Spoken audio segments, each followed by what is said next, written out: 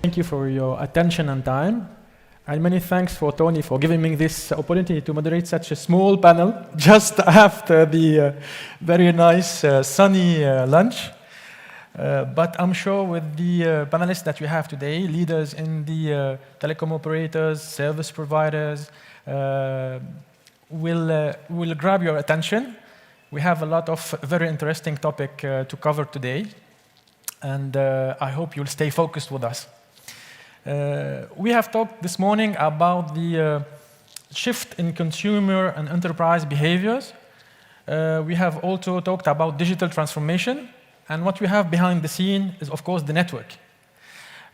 So this panel is, of course, about the change in the evolution in the network infrastructure. So I'll start with the first question, and I'll hand over to you all for this first one, if I may. So after this, let's say post-COVID,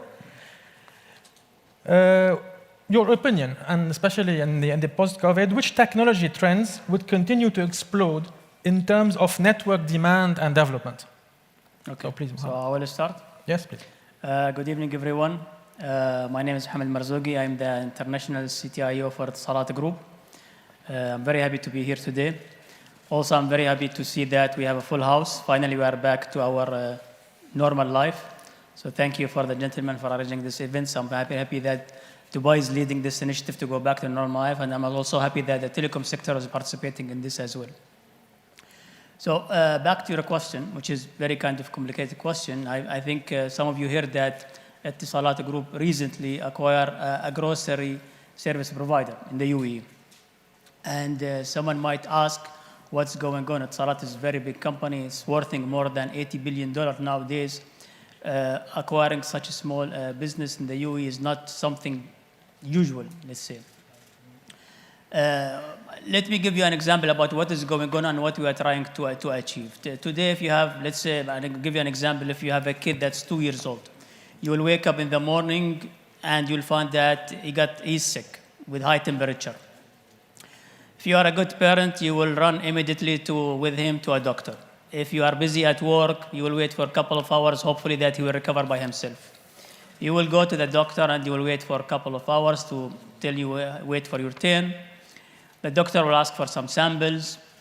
Later on, you will wait for the samples results, and then you will get the results. You will go to the pharmacy.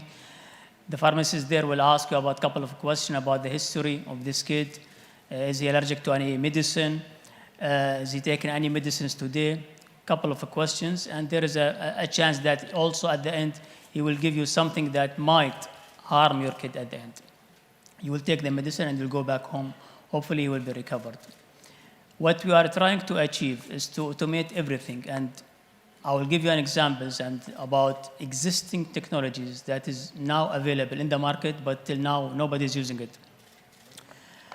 In the same scenario, what will happen is that your kid will be wearing, let's say, a Fitbit watch from Google that will measure its temperature and the heart rate. At the same time, your kid or everyone in this room will be wearing kind of lenses that will take a measurement from your body and measure the couple of things about the performance of your body. Your kid will be wearing a smart diaper, let's say, which is existing today, and it will take samples from your kid and send it automatically. So all those samples will be collected and will be sent to a doctor called Watson, today available by IBM. And this doctor will receive the measurement. Also, your kid, the moment he will he will be performing a DNA test by another company called 23 You and Me. It's available in the USA for $99. You can have a complete analysis about your DNA, about your future, what kind of disease that you can develop. And then Watson will analyze all this information, the DNA, and he will send a request to the pharmacy to release a medicine for your kid without even asking any question, because in the system, the complete history of your kid, including its DNA, is there. At 6 a.m. while you are sleeping, you will receive a message from your personal assistant from Facebook, which is available now, telling you that your kid is sick and we've done all the analysis and the medicine is delivered to your door by a drone or whatever transportation medium.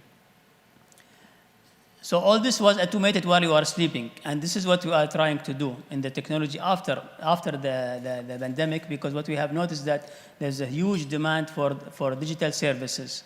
Because of the pandemic situation, or the situation that was created by the pandemic, we think that we have the legacy and the control and the connection to everyone in this country, for example, the doctors, the pharmacists, the patient, the parent, everything. We have the connectivity as a telecom provider to connect everyone and provide this digital transformation. So this is what we are trying to do, is a complete digital transformation in this country that we can also share later on with the world after that.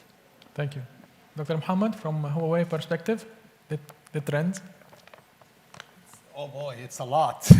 So I think if we are before the pandemic, maybe 70% sure that ICT is the platform for developing societies, enriching industries, fixing economy, I think now we are 120% sure. So I think that's what we learned from the pandemic time. Not anything that people are talking about, explosion of, for example, data or whatever. These are all normal symptoms. So I think we're all sure now that we have to accelerate the pace for digital transformation. And guess what? Network infrastructure is right at the middle. It is not behind the scene, as you mentioned. I'm sorry to disagree, but network is fundamentally important. And the way we look at the network, I think it needs to be changed from just more data or faster speed or better performance to more like an enabler and from different perspective. And quickly, I wanted to mention why is that happening? Technology, you said it right, is #1 trend. Technology in terms, of course, 5G, PON, distributed cloud computing, AI is becoming mature. That's from technology. But it's beyond the technology. #2, I think, the type of services and the segments that you serve. Just like what's mentioned by you, it's really the segments are getting diversified and the services are becoming ubiquitous, no matter to C, to H, to B, and so on and so forth. But it's more important than even the technology and the business. It's the operational excellence. I think we all know now here agree that network is terribly complex. So I think operational excellence is fundamental. Those three, you need to cover them by an envelope of sustainability. Because I'm sorry, if you work day and night to get more powerful network, faster, bigger, higher, and we're consuming a lot of watts and hurting our environment and planet Earth, carbon footprint is like this, then we are not really doing a good job. So I think for me, these are the most important trends that everyone, and in Huawei we put it in our perspective. I always say we have two beliefs. ICT is terribly important, but it has to come hand in hand with lower the energy consumption, things like that. So with those trends being mentioned, I wanted to mention three points that need to be there for the network without even getting into explaining those. #1, it is not just about 5G or fiber, it's about fully ubiquitous on-demand access. That's #1, 4G, 5G, PON, OTN, IP. #2, it's about deterministic experience for the service that you need for the end user that you want. #3, which is very important and new, which is the synergy between cloud and network. Right now, we see it more and more networks, they are decoupled. We need to have integration and synergy between the network and cloud. And those are the 3 points, add to them operational excellence, and more importantly, greener, greenest. That's, and we can talk more about some of those aspects when you ask more questions about that. Sure. Hamad, please. Thank you very much for your question. I mean, whenever questions like post-COVID comes up like this, the first thing that comes to my mind is an article I read somewhere where somebody was asking who actually fast-tracked work from home policy. Was it the IT director or the managing director? But I think the right answer was COVID. So what COVID has done is that it has forced everybody to start using technology much more faster. And I think all of us as operators, as technology providers are actually working beyond our times of plans to meet up the demands that we've seen happening within our markets. I mean, we operate predominantly in Africa, where basically you don't see a lot of technology adoption. But with COVID, schools have gone back to school, to using online even in African cities. But we know that we need to have those coverages into also rural areas. We've seen demands on the infrastructure actually quadrupling from mega 10 gigabytes, that is the highest you could see pre-COVID. Now we're talking about hundreds of gigabytes. And as such, there's a need for, I mean, as we've spoken, I've been listening to different speakers since the morning. We're talking about 5G, the cloud, the GPON. But all of that depends on a robust backhaul infrastructure network to support it. And I think technology has come to stay. Post-COVID, all of the things that my co-panelists have spoken about in terms of the adoption of technology will continue to be there. But most importantly, what is critical is also the infrastructure that powers all of this technology. Thank you, Mohammed. Rocky, from your point of view? It's difficult to complement because I think that the points have been well covered. I will perhaps give I think that we, as part of this industry, we have to be proud. Yeah? So COVID has done more for digitalization than all of our marketing speech in the last 10 years, right? This is a fact. But I think that the value that the network has been put in evidence as never before. Okay? I don't remember any single case in any country in which there was a collapse of the network. And this is really remarkable because it's not only a volume of traffic that we have seen graphical with a lot of peaks, it's the pattern of that traffic. All of us, we have been working with multiple hours of interesting meetings on video from our home at the same time that our kids attend the school and we do all the activities from the home, which is a single point of failure network. Typically, the fiber to the home fiber is not protected network. And at least I don't echo any case of a network collapse in any part of the world. So this is a very important point that we as an industry, I think that we have to use this time to put us in value. Because we still are not, in my modest view, at the level of the relevance that our technology, our investment, our teams are making for the entire society. It's incredibly the value that we have, and hopefully this gives us a little bit more of relevance, okay? Regarding the technology, just to answer the second part very, very briefly, the technology trend that will generate, I would say, is the network technology. So the network is as strong, it's a chain, it's as strong as the weakest of the segment.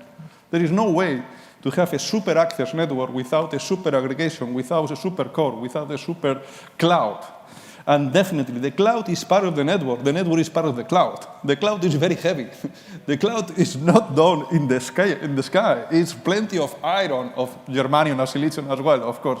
But the cloud is everywhere. And we have to connect that one. And that is really, really heavy. And that is the network value. The network doesn't end in the home connection, continue inside the home, and doesn't finish in the central switch, if you allow me the traditional model, goes to the cloud, goes to the data center, which are distributed around the globe. Okay? End-to-end value. Okay. Thank you. Sameh, please. Yeah, I think you covered the answering the question from the different aspects, whether on the application side, whether on the network side, but we as a PCCW, let me explain a little bit from a global operator point of view. So, of course, pandemic changed our life, changed the operator life, end user's life, and everything. And using the application became a mandatory and not a luxury like it used to be, which led us, and this is what we have witnessed during 2020, is the huge demand on capacity, whether it's an IP transit, whether it's subsea capacity, whether it's terrestrial capacity. So in order for all those type of applications to be used more by the end user. It needs more pipe, it needs more capacity. And with the AI coming, which is part of the digital revolution, and also the augmented reality, virtual reality, which all of this require more demand and more bandwidth. And I believe that whatever we have right now is not enough just to accommodate that much of required bandwidth. Thank you. Ricky? Afternoon, everyone. I was discussing with my lunch crew the enviable task of talking to an audience right after lunch. We are all feeling nice and comfortable here in this warm room. Maybe it's just the lights overhead. So we said how we can keep it interesting. Maybe we could do it as an interpretive dance instead of talking to you.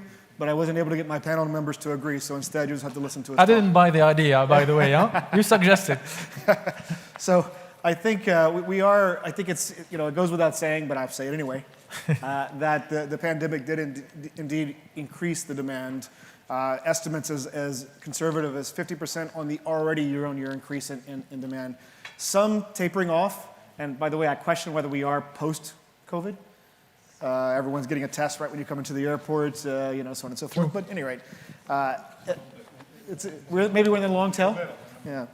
At any rate, I think we do see that there is this increased demand for bandwidth, and it's going to continue as it always is. But this is what we're used to, right? And we typically have innovated ourselves out of that problem, right? So if you look at Release 16 for 3GPP or DOCSIS 3.1 or even PON networks these days, we continually innovate our way out of that bandwidth demand problem. But I think we're reaching a point, not that I'm going to be a doomsayer, but when you look at the disaggregation of the network, when you look at the increased complexity of the network, when you look at the customer demand and what their expectations are, to the question earlier in the audience about how do we basically be everything to everyone and our customers, I think it behooves us to do more than just innovate our way out of the bandwidth issue itself and start looking at a couple of key things in how we operate those networks underneath. So these are things like moving, this is an older statement, but it still hasn't been done in telco. We start to look at our service from a customer perspective. What you were talking about earlier in terms of my end-to-end connectivity is my customer experience, not just one part of the network, right? It works end-to-end. So that's one part of it. We have to be proactive versus reactive in our networks. And we have to inject automation by design into everything we do, because at this scale of complexity, we simply can't achieve those customer goals, this growth, this scale, without doing these things. And these are key. So I'll be relatively brief, at least I think I'm being relatively brief. I'll say one thing perhaps we haven't discussed that COVID really did bring to the equation that I don't think we've mentioned so far. It's a heightened attention to the edge. So I don't know, I'd ask you all to raise your hands. I'm going to ask you all, I want an interactive audience. Who all has actually been at home on a conference call and had it start having an issue with connectivity? You can't hear the person on the other end. Raise your hands and show me. Everyone in the audience should say they've had a bad. So even we are in the UAE. We don't have connectivity. Oh, of course you don't. Here you have the best bandwidth in the world. So I think most of the rest of the world, however, has experienced this point. So there's a heightened focus on the edge in a way there really wasn't before, when even we who work in this industry and are technologists, most of us, have problems and can't fix our own problems. So I'm talking about things like fixed wireless access, CPE placement in homes, Wi-Fi. Some of those elements of network, we used to say, oh no, that's CPE passed, that's not us. Well, it is us. To the point earlier, our connectivity is end-to-end. So I'll leave off on there. Thank you, Ricky. Hazem, please. At the risk of repeating some of what was said, I'll try to take another angle. First of all, evidence is those countries and cities that have invested in their connectivity infrastructure have fared much better in dealing with COVID. Whether it was, contact tracing, being online for online learning, telemedicine, all of that. So there is evidence that these investments that were made up front in the network and in the connectivity infrastructure have definitely paid off. Now, what's changing, and I work a lot with national governments and mayors, basically, that look at smart city programs and all of that, is in a post-COVID world, the scrutiny and the focus on connectivity is going to be higher. It is no longer going to be a nice to have, it is going to be critical infrastructure, and that would require different models of business. No longer would basically the model of building the capacity as demand increases will be the norm, because cities will have to be able to flex between almost a pure digital mode, a hybrid mode, and a kind of like a business as usual mode. And having the resilience to be able to flex very quickly between these modes as we have been with all the lockdowns and all of that is going to require a different way of thinking by the regulators, by the national sort of like smart city programs and so forth, to ensure that they're working very closely with the operators and the entire industry to make sure that we're able to build in that extra capacity in advance, right? And there might be, in my view, new regulatory models, new business models in terms of how you would even approach some of these network deployments. No longer would all the CapEx costs have to be borne by the operators. I think there's a very strong argument now that if you want to have the proper level of connectivity, there might be some future incentives in terms of helping with license costs or even like co-sharing with some of those industries like healthcare or education to contribute to the buildup of that infrastructure. So I would leave it here, but I think we're going to see a very different way from what we have seen traditionally of how the regulators have been approaching connectivity and the buildup of the networks, because it is critical infrastructure that is required for city resilience and nation resilience. Sure, thank you. Dr. Cindy? Yes. From your point of view? I guess I'm here to present a different view, okay, as opposed to your typical operators. Operators have always been crying, give us margin, let us invest in network, we want higher margin, we would like to go and continue the network build-up. But the game has changed now. There are things called, there are nasty animals around, the perimeters called OTTs, the hyperscalers. Our model is, let's embrace these guys. Let's have a new entity in the market. Those big wholesalers, unify them, build critical infrastructure, but build it once, don't replicate it. Build huge fiber across cities, huge fiber within the city, and also data centers, international gateway, invest super heavily in these, but invest once. Once you do this, open them on an equal basis to the operators. Decouple the investment in the network. Completely decouple it. Let the operator do the stuff with the diaper stink, or the IoT, or the other creative stuff. Let them do that and democratize that. Bring the new innovations. But the heavy hitting, the utility type, whereby you would like to have 100,000 kilometers of fiber, let that be done by a different type of utility, like the electricity or others. The story in Italy, for example, is a story on the ground that tells all of us what's going on. Look at the ascending of the value of open fiber. Look at different destruction of value for Telecom Italia.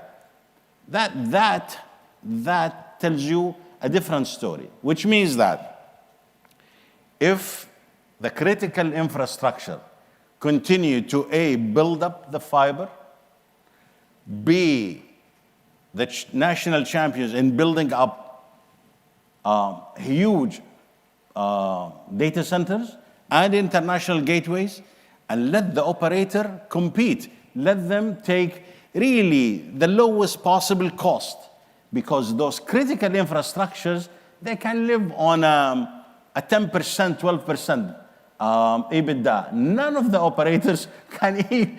If you take them this path, we're talking, private equity, here we come, okay? So with that possible transformation, I think the industry can go somewhere. The COVID has told us something. You have reached a plateau that you cannot come back, especially with governments that had foresight and they were creative enough and they were agile enough, like the government of Saudi Arabia, heavily transformed the whole educational system to be completely online. And that was amazing.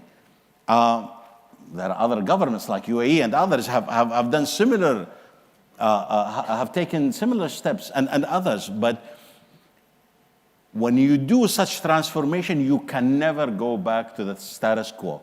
Once you do so, who gets attention? It's the Googles of the world. It's the Amazons of the world. It's the Microsoft. It's all of these guys. And then all of a sudden, they're interested in your region.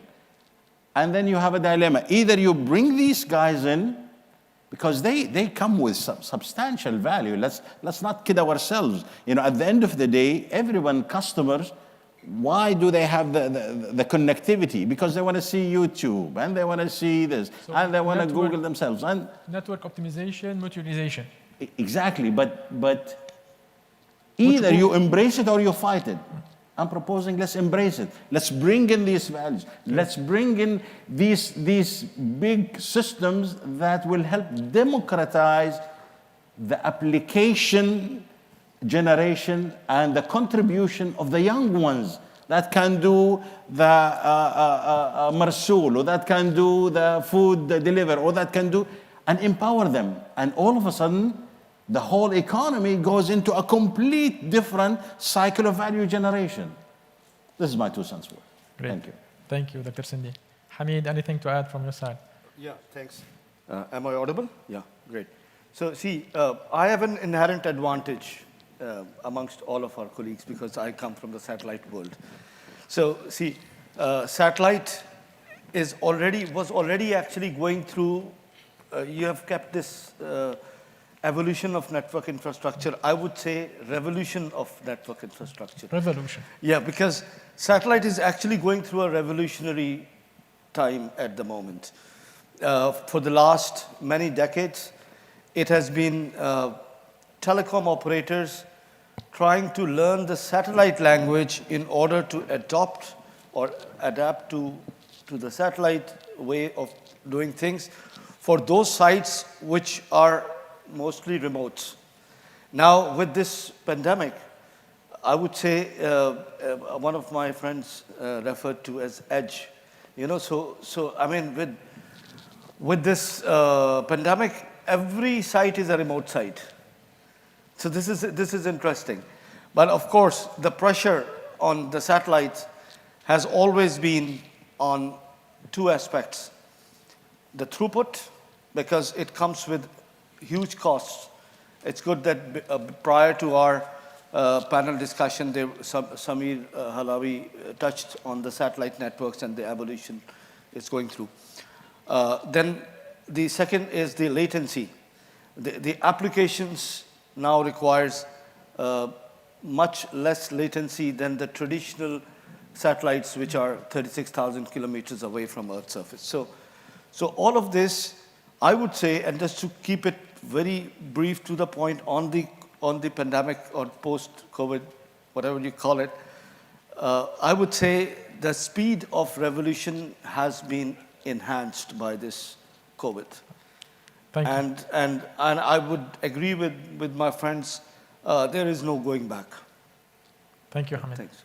Thank you for your insights, gents. So with this first question, we have already consumed half of our allocated timing, so we have to be more focused now. So I will not hand over to every one of you for the following 5 questions. We still have 5 questions to go. The next question is about AI. And we talk about a lot about AI, which is really the trend today. So what is today the contribution of AI to improve the telecom infrastructure, the network infrastructure? So maybe I'll start with you, Ricky, about that topic. Absolutely. So I think AI clearly has a part in every part of network operations. The question starts with where in the network, and I think every part of network operations, from application performance, for that matter, it even has huge implications on customer interaction. Right?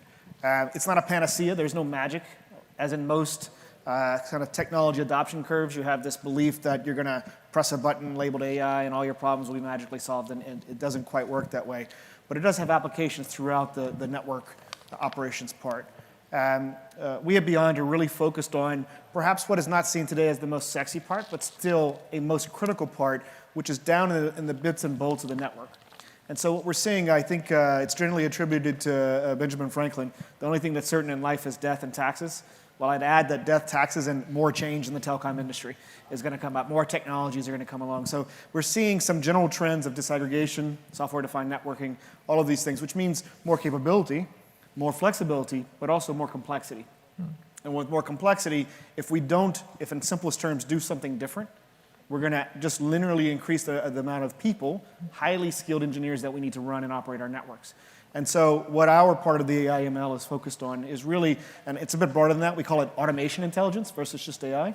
It's about looking at the network itself and understanding, continuously monitoring it, understanding when and where there may be a potential problem. So back to my proactive comments earlier, finding out what the root of that problem is, both at an individual element, but also end-to-end services.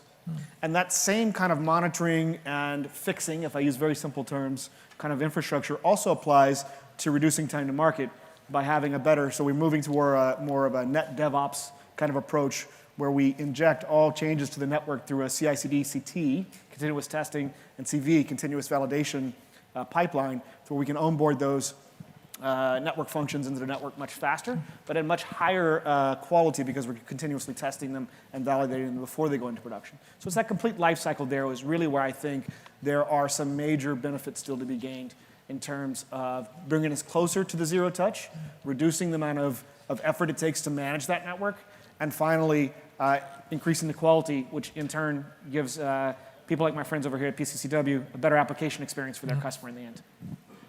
Thank you, Ricky. Rocky, from a vendor point of view, what do you think about AI and the improvement of the network? Okay, so I think that the point was very well covered on the user part, on the application part. I think that the artificial intelligence is part of the network itself as well. So how the network can learn, how the network can proactively prevent a scenario of major risks versus the pattern which is planned. Because another lesson of the COVID is that you have to be ready for the unforecastable situation, unpredictable, right? And this is part of what the network can give signals, because they know in real time what is happening, how is the profile. They can compare the scenario of the connectivity in a particular time of the day, in a day of the week, and compare with the previous one. There is many patterns in which the artificial intelligence can help to make the network more resilient and more efficient. Because again, this is like the trunk in the car. You can buy a bigger car, okay? But you will fill back again the trunk. Right? Sure. So you have to be more efficient, and being efficient means being intelligent, knowing what is going to happen, predict and prepare for it. Nothing is going to do it perfectly, but it's the best way to mitigate the unpredictable impact as we have seen during the COVID. Yeah. Sure. If I may add something about AI, I believe AI, we can look at AI from different perspectives and different layers and different domains of the network in general. And in every domain, there's a different driver that needs AI and different value that AI can bring. I went beyond the application layer that you talked about, and you talked about the aggregation also from operational excellence and ADN. I still wanted to bring the benefits of AI for network sustainability. I don't know how much I'm going to cry about that, but really, we'll be repeating it. Yeah, no, but the thing is, I mean, this is not just a commercial issue. No, of course. But a great part of it is commercial issue, because if you ask our operators friends here, I mean, the most cost for the operating a network is just the electricity bill that they pay every month. I mean, some of our customers, they are scared to deploy 5G because they are afraid of energy consumption. So there is a commercial issue, and there is also a social issue about that. So anyhow, if you look at AI from the equipment level, at least from Huawei perspective, when we deploy AI in certain equipment, it cuts actually power consumption from box level. And let's say, for example, from site level, if we want to talk about mobile communication, how we can compress and integrate different bandwidth together. And then when we do massive MIMO, we use AI to predict the scenario before it happens. So different things. And also overall network, when we predict the scenario for the site is used or not, and then we can shut down resources. Right? So these are all advantage of AI, even if we talk about data centers, so forth, so on and so forth. So that's important from that regard, beside the need for AI in B2B applications, for example, smart factories and all things like that, quality inspection, and operational excellency and ultra automation. I just wanted to comment. Thank you. And please, Mohammed, from an operator point of view, specifically a CTIO. Kind of, I disagree with my colleagues. We need to be very careful when we're talking about AI. In 1996 or 1998, I don't remember the dates, a Deep Blue machine was developed by IBM, won a game against Garry Kasparov, the world champion in chess. Next day in the newspaper, big headlines, we lost in front of AI. Now, we know that that wasn't AI. That was only a power of processing. That's what we lost in the front of now. Today, I think we are sure 100% that nobody can compete against a computer in a chess game. We will lose because of the processing power in that machine. Moving forward, what we are trying now to implement about the infrastructure. We are talking about the infrastructure. There are 3 different types of infrastructure. One is the passive network, which there is no much intelligence in it, so we cannot support it much. In terms of maximum, we can shut down on or off, that's it. But the active part is very important, where most of the automation, the processing power, and AI later on will come up, and this is we are depending on our colleagues in the telecom provider to support us. However, we as a telecom operator, we start implementing our own methods and algorithm to facilitate things. So within 2 years, we are planning to have a network self-operation, regardless of the roadmap from the telecom vendors. We are planning to do it ourselves. And by doing that, we are not using AI till now. We are using only kind of automation, trends, and then we know what to do based on that trends and react based on that. So there is no AI coming. The third point, which we might start using AI, is the people, which is part of our infrastructure as well. We consider them as part of our infrastructure. Now, a human being against a machine, definitely in this game, the human being will lose always. Of course. Last week or this week, Elon Musk launched officially his project to implant a chipset in the human being brain. So for the first time, now we as a human, we have the ability and the power to fight against the machines. Are we creating kind of superhero? Kind of. Will they be able to be more super? No, but I will have more processing power. I will be able to remember everything. I'll be able to be connected to the internet. So I'll be able at the end to maintain my job, doing it in a better way, enhance my outcome, and be able to compete my job in front of the machines. Later on, I believe that AI will come after 5 or 6 years from not now. We're talking about now machines that keep teaching it by itself. The moment we are there, and the moment we embed those machines or chipsets in our brains, then we can start talking about the real AI. Okay, you've got a point. Dr. Cindy, you want to comment on AI? We look at AI in a little bit more mundane way. However, with profound effect. So, for example, we're experimenting right now with taking the network much closer to the consumer. So we're experimenting with in those power stations where we're putting edge computing and edge storage. And on top of that, you have a content distribution network. Once you have that, you need AI to store a lot of the parameters that how data is consumed, what the consumer in that very specific neighborhood, be it Al-Maadi or be it Al-Ulayya, very specific interest. So then you completely take up the customer experience to a completely different level. whereby you are so much more interested in your neighborhood and what's going on rather than with what's going on in Texas. Okay, if you want to get connected with what's going on in Texas, we'll do that for you. But it's a different experience. And imagine if you take the network and if you take the customer experience to such an amazing level, and then all of a sudden you start creating different value. You start creating new businesses. You start finding these young men and women who all of a sudden come up with an ice cream distribution thing, you know, only in his neighborhood or in her neighborhood, and then start making money. Or you somehow go to these fashionistas or whatever that can create fashion value that is fairly very, very specific.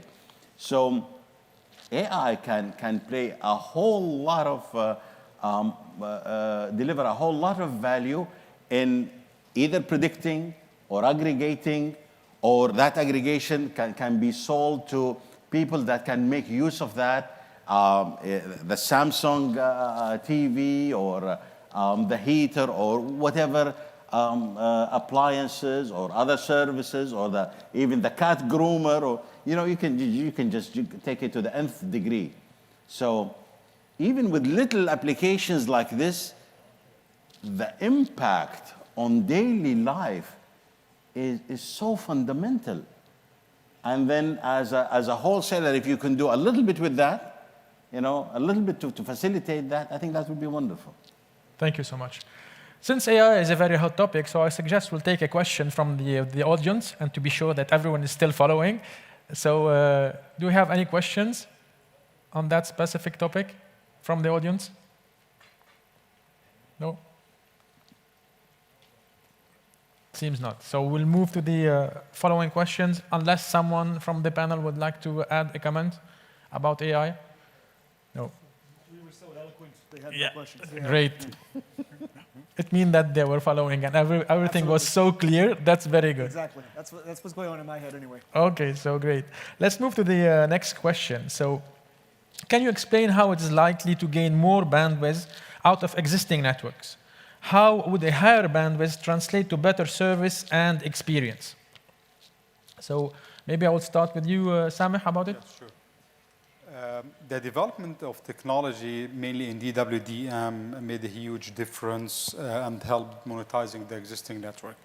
We have witnessed similar few years back when the first 400G were introduced into the market, and now with the 800G that is coming, which one of the main feature is the ability to increase the capacity per fiber, as well as extend the wavelengths across any path through remote adjustable, and in line rates.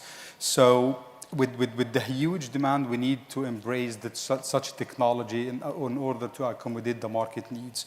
One of the other examples is the smart capacity allocation based on usage base as well.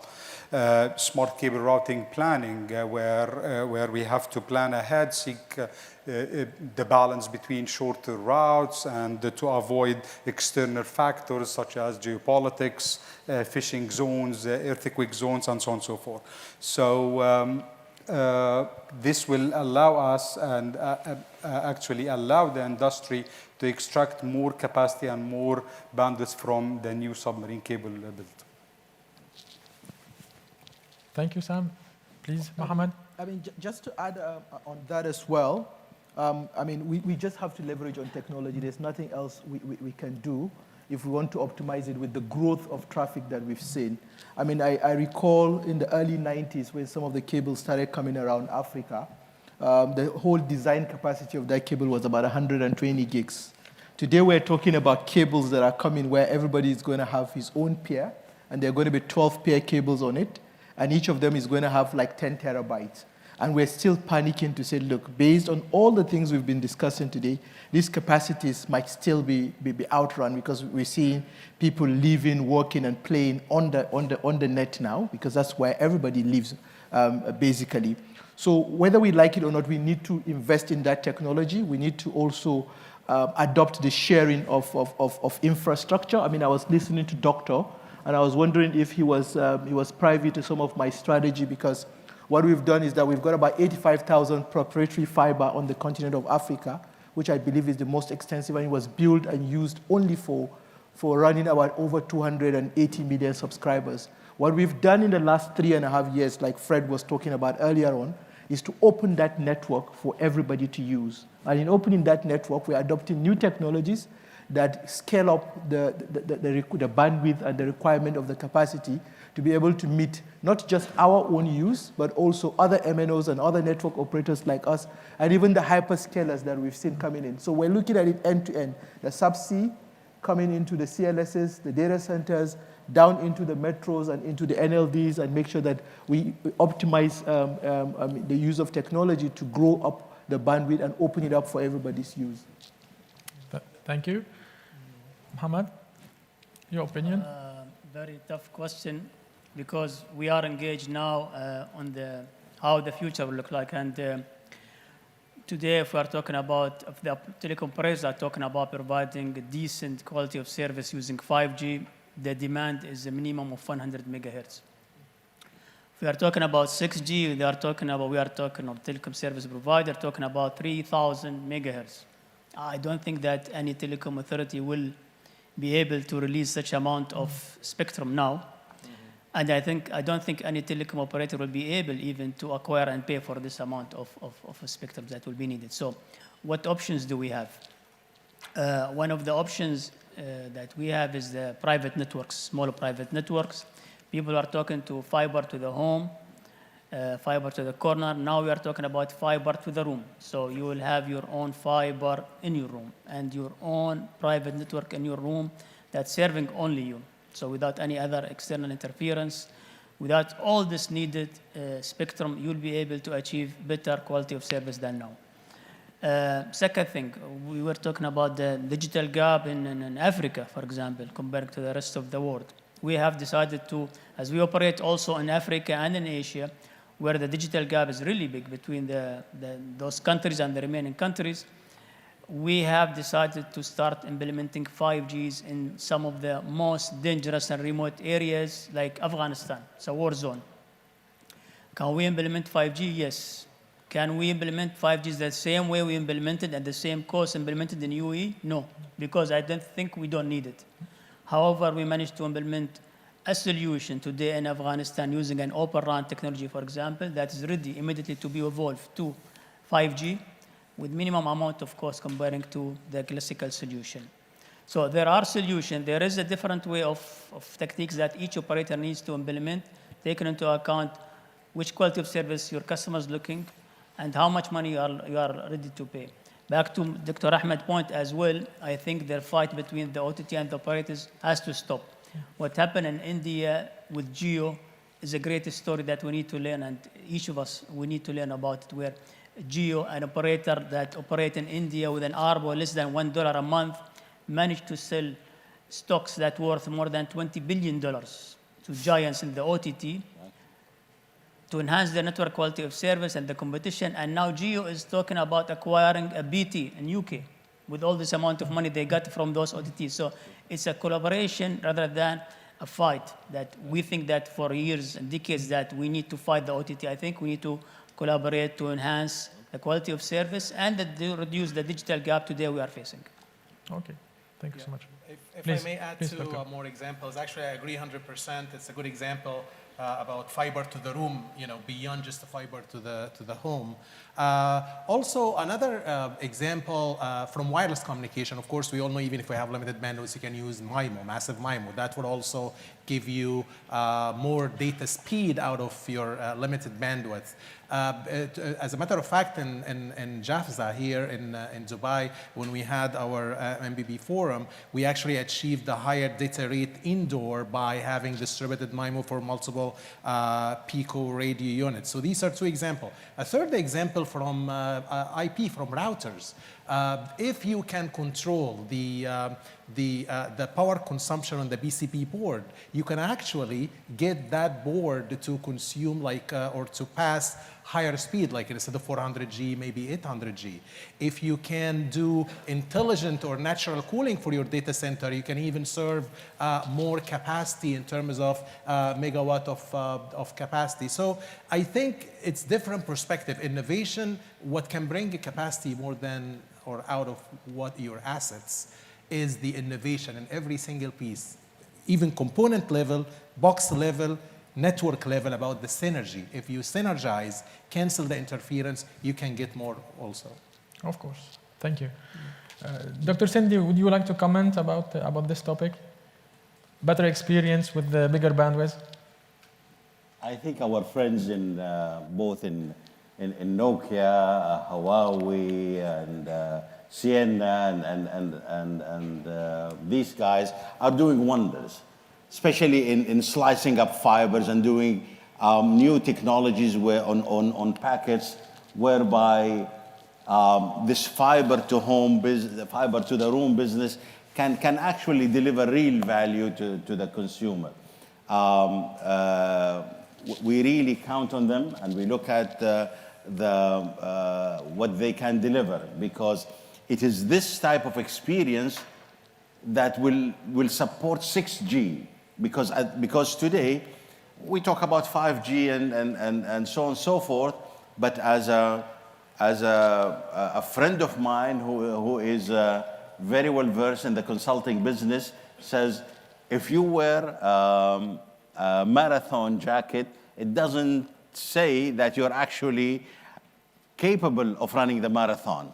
So, okay, fine, we have 5G network, but unless the core of the 5G network follows the 5G, you have really nothing. You have 4G, but that looks pretty, but it ain't 5G. You know, it looks like it's 5G, but it isn't. So, again, it is that work done by those guys, those wonderful guys that are giving us the 800 gig and beyond. This is the technology that we want to watch and make sure, not only watch, but make sure that it finds its way into deployment as soon as possible, because that's the real enablement of 5G and possibly 6G. And the investment in that particular bit of the network, this is the kind of investment that will deliver the real bang for the buck and will enable all these beautiful things that my colleague in Salat talked about and my other colleagues talked about, because this is your fundamental backbone. Without this, everything else is academic. True. Hazem, please. It's all about doing more with less. And in many ways, again, talking to CTOs from cities like Amsterdam, Helsinki, they're not going to be allowing 5G operators or 6G later on for each one of them to come in and have their own cell sites. It's just not going to be doable the way that maybe we had some optional tower sharing and all of that with 4G. So it's very important, when we're thinking about all of these synergies, these common infrastructure sort of like synergies that the multiple operators can get from each other, it's going to be very important to take that in mind. In addition to all the improvements, that we're thinking about how to use spectrum more efficiently and all of that, it is also about how we go about the deployment. A city wants to have one smart pole, right, with everything on it, the sensors, the 5G, and they're not going to allow this for multiple operator. It looks ugly. It's going to, be costly. Yes, it's a revenue stream for the city, but a lot of city councils won't allow that. Can I just a quick comment on off the cuff, if you will? Very quick. If you want a cheating way to look at the future, just follow the money trail. Look at those private equity and the market is paying which multiples for what companies. That tells you the whole story. It just follow the money. Please, Rocky. I listen more with less. We have been doing this for years. Our fiber capacity has been increased by 1 million times. I'm not exaggerating, 1 million times capacity. Our access card was few kilobits when we were a little bit younger, not that much, but a little bit younger. And now we are talking at several gigas, hundreds of gigas, even 1 terabit interfaces, right? So doing more with less for sure is part of our engineering job, okay? And when you face the purchasing departments, you learn that lesson very much, right? But the very point is doing differently here, okay? And I'm back to the point of Dr. Ahmed. The business model is failing. Engineers, I believe, are doing their job. The technology are really enable a scenario that were a dream a few years ago. Okay? Fibers, you mentioned 12 fiber. We see 12, even 14, even 24 cores very soon in the cable. We were doing few 10 gigabits, few tens of gigabits. Now we are doing 200, 300, even 400 in the size.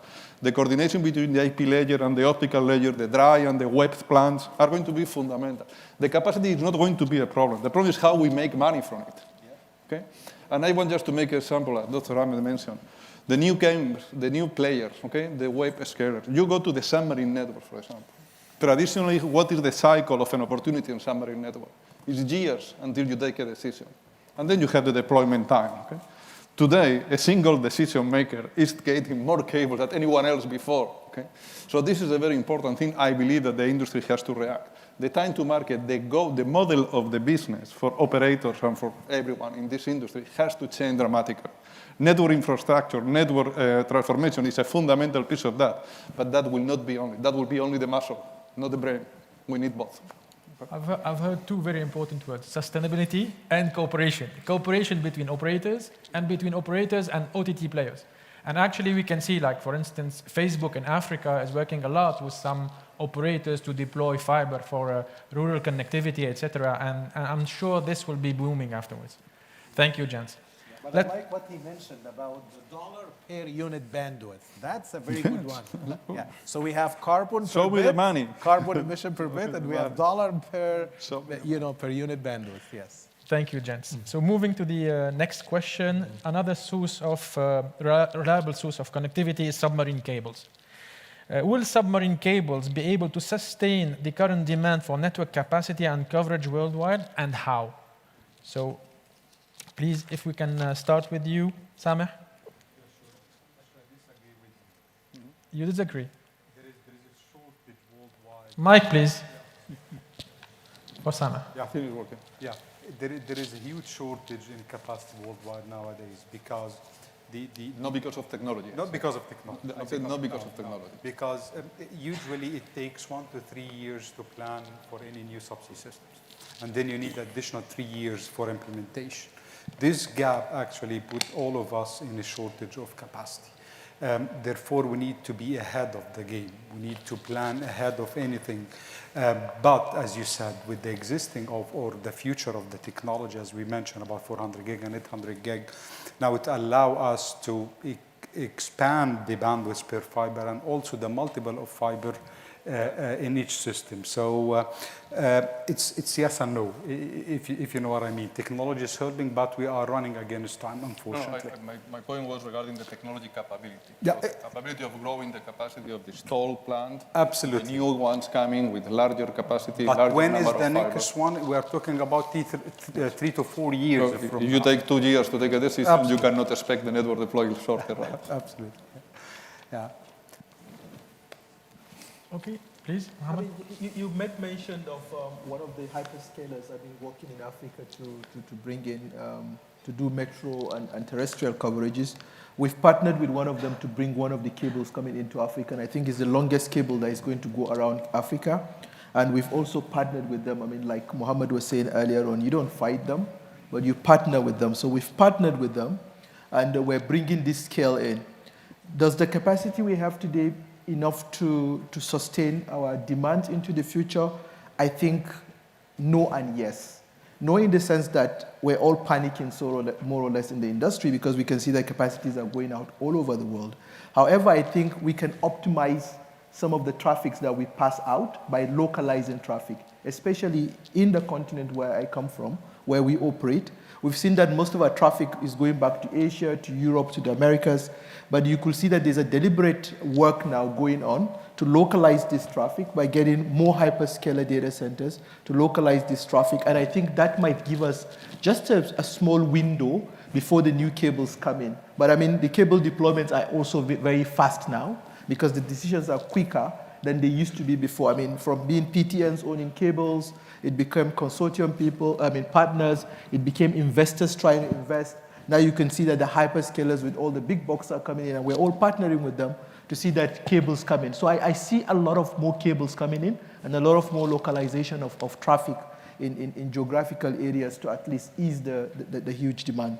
Yeah, Frederick talked this morning about 150,000 kilometers that you are deploying within MTN, right? Yes. So we've got about 100. We've got about 85, but we're now deploying additional 35 in the next 3 years to make sure that we cover the continent. So for us, apart from just the subsea, we also believe that if we're able to do terrestrial coverages across the continent, we can also reduce latency and also bring about scale and create the required resilience that is required, yes, on the subsea cable. Within the regions as well. Okay, thank you. Yeah. Dr. Cindy, you wanted to talk about the submarine cables and the capacity that they could bring. We'd like to see more of them. Okay, guys, anyone want to comment on submarine cables? No, again, perhaps I just recap again. You say a very important thing, the coordination between the wet and the dry plant, okay? Again, what we are talking about the cloud is not somewhere else, it's around us. And the distribution of that, the capability to distribute that edge across the continent, the country, the city, is going to be a fundamental thing. Yeah. So more fiber to connect the data center, that is a fundamental one. Of traffic, even at the edge. I mean, this year, 2022, it was expected that half of the enterprise data, overall global enterprises, are going to be processed at the edge. And GSMA actually predicting in 3 or 4 years, there will be about 24 billion edge nodes globally.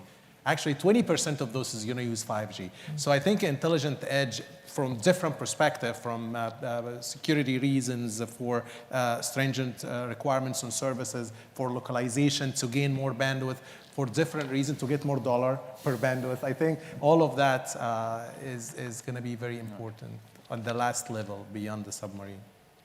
You need to slice the optical as well, not only the radio, the optical, the slice.